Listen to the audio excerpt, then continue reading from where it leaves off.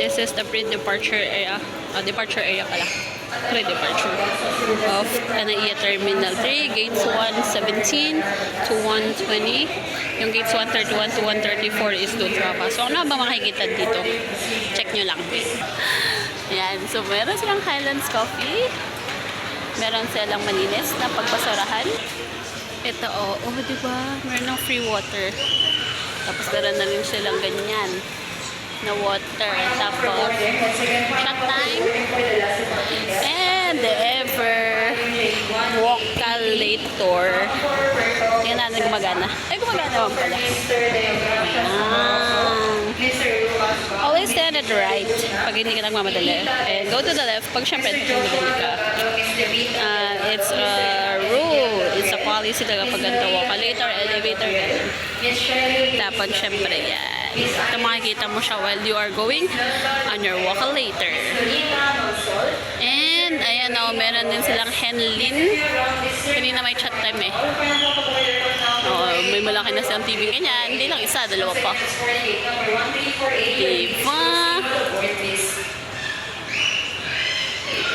Tapos, ano itong isa? Meron din silang another coffee. Cafe Manila. Nice one.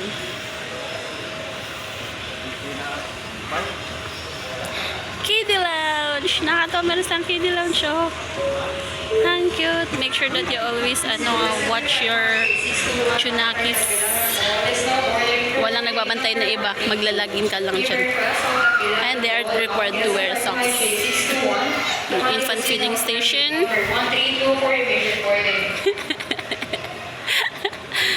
Diba? Hindi maubos ang ating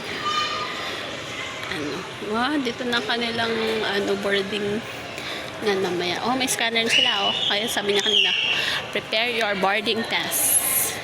So kami papunta sa K220. Hey, look, they have something like this here. Wow, kaya lounge to. Wala siyang pangalan, kaya hindi ko makita. Ito yung pangalan niya pala. Stop and flight. Di ba? Simple. And yan. May charging station si Smart. Meron din si Globe kanina, pero doon na.